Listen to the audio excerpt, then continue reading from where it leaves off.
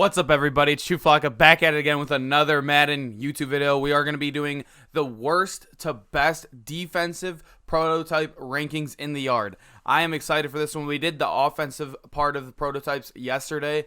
Let me know about some feedback, what you guys think about these rankings. Let's get right into them. Taking that there are only 4 defensive prototypes within the yard, they're all pretty balanced. They really are. But where there's some slight advantages you get from one build versus the other, like with the blanket, you do get the 4 speed, but you are missing out on the high hit power, which Brick Wall comes with. But you still have 3, and it's very doable. You could easily put Enforcer and Lurker on this build, which I have not done because when I unlocked Lurker, I just put it on another build. But the blanket is probably the lowest in my opinion. It is so close to the Brick Wall. Like, those two are so interchangeable. I think the blanket with Enforcer and either, you could do Acrobat. Acrobat's not bad, but I'd probably use Lurker, especially at a 6 foot. You're 6 foot, you have 4 speed, you have 3 hit power, very good in the halfback position. He can maybe play slot. He's a really good center build if you like to play center. But I think it's really good, especially on defense. Obviously, you're going to get a lot of turnovers with this build. Zone Hog's really good, especially when you're locking down the whole middle of the field, like on the lower end in the yellow zones. Very fun build. I think it's very unfair that we're putting this at 4, but then again, there are only 4 builds, so they're all kind of within each other. So we're going to head right on to number 3. At number 3, we have Brick Wall. So this one is very good, but the 2 above it are great. So Brick Wall, you do get 5 hit power. Everybody knows you match 5 hit power with Enforcer, whoo, it's done. 3 speed is not the best, obviously, but you are a little bit taller. You have better tackling. You have better catching than the other build. Your blocking can get up to a 5, so he's really good at center. Like I said before, he could play halfback, outside linebacker. I don't know much about slot with this one. He is a little on the slower side. Might get killed on defense, but it's not bad. Avalanche X Factor, though.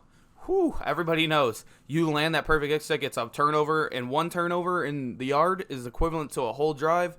You only get 3 of those. I think Avalanche is a big ability, very big ability. It's hard to land sometimes because you need to get it straight on to force the official fumble, but it is worth the risk using this over the blanket. I think it has more perks to it. It's just better overall. I think the 1 speed down is the only iffy part, but it is doable if you have a good user. I like this build. I think everyone should have it leveled up in general just because the Enforcer. Don't mind abilities here. I didn't fix them before the video. I normally would put Enforcer here, obviously, with the 5 hit power.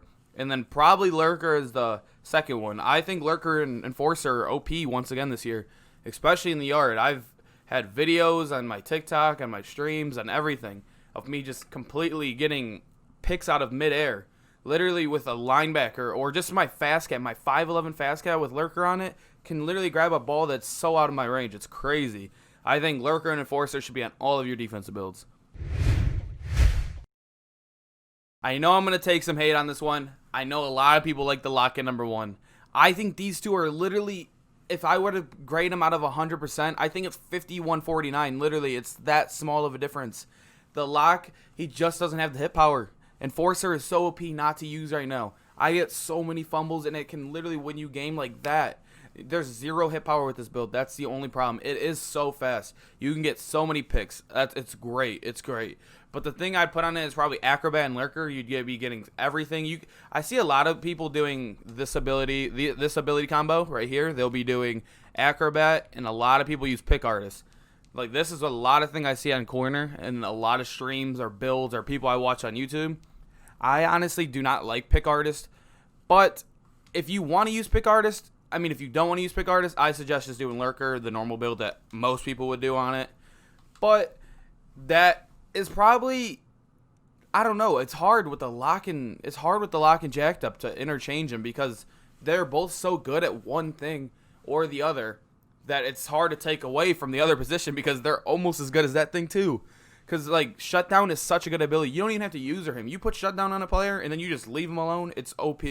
I recommend running the lock on the second wide receiver, not the first, because a lot of people have been running crossers or whatever that play is called. I forget what it's called, but the cross play, and then there's a post. So if you man up the post and you have the lock, that post is going to be shut down, and all you got to worry about is the crossers underneath.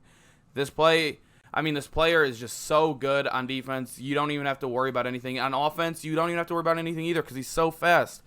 All you need is speed at some point. You're not going to get the crazy jukes. You're not going to get the crazy catches.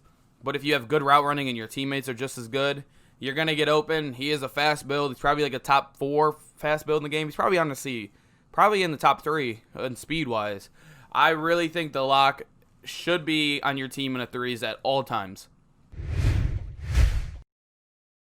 At number 1 is Jacked Up. This is my favorite in the game. I don't normally run it, but my friend either. So this is how our threes team lines up. We have a Jacked Up, a lock, and my Fast Cat.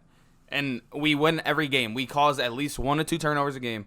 It's just crazy. You have Jacked Up on one side, and then you have the lock on the other side. It's just, there's nowhere to go. There's nowhere to go if you have good users with it.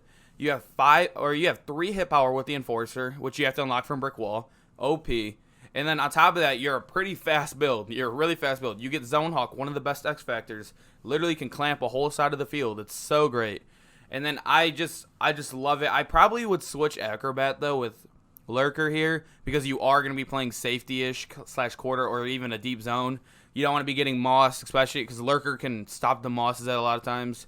But I really like this build. It's another one of those builds that you don't have to use him. You could use her an underneath guy while this guy just runs back there on defense and clamps up everything. It's just, in my opinion, the most dynamic build on defense. Is that the word I'm looking for? It affects the whole game. I love this build.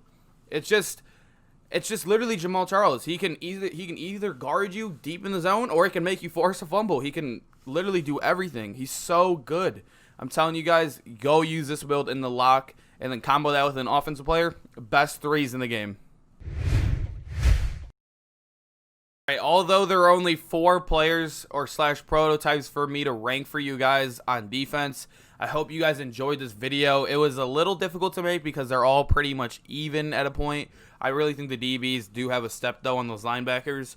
But when it comes to linebacker versus linebacker and DB versus DB, they're both almost equivalent. So every position's kind of interchangeable in this. Let me know how you guys feel about these rankings down in the comments below. But anyways, this has been Chew Flocka. I hope you guys enjoyed this. Peace out.